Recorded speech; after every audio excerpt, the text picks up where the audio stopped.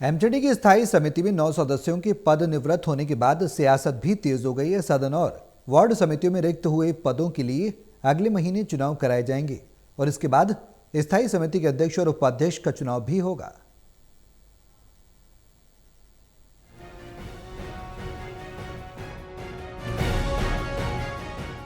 दिल्ली नगर निगम स्थायी समिति की हुई बैठक में द्रव की प्रक्रिया को निभाया और 18 में से 9 सदस्य सदन से रिटायर हो गए।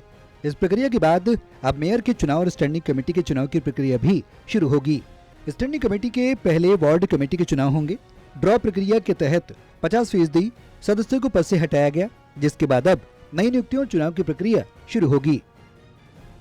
देखिए, बड़ी पारदर्शिता के हिसाब से आज चुनाव हुए। चुनाव क्या होने थे, एक प्रोसेस है कि 1 साल बाद जो है, जो 9 लोगों की पर्चे 18 मेंबर होते हैं, तो उसमें आधे मेंबर जो है वो बाहर होते हैं।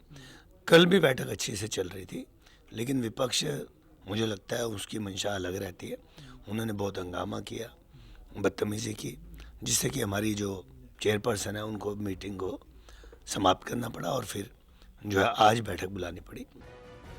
प्रवीण शाही ने कहा कि निगम की कार्यप्रणाली लगातार चलती रहती है और नए सदस्यों के साथ विकास कार्यों को आगे बढ़ाया जाएगा।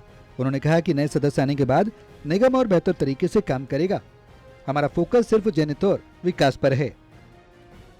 और आज बड़ी आपने देखा ट्रांसपेरेंट तरीके से जो है इलेक्शन हुए और वो पर्चियाँ निकली, जिसमें से कि अधिकतर बल्कि हमारे मेंबर्स गए हैं, लेकिन वो फिर चुनाव होंगे। एक प्रोसेस के तहत जो है वो वापस आएंगे एक प्रोसेस में जो भी पार्टी चाहेगी।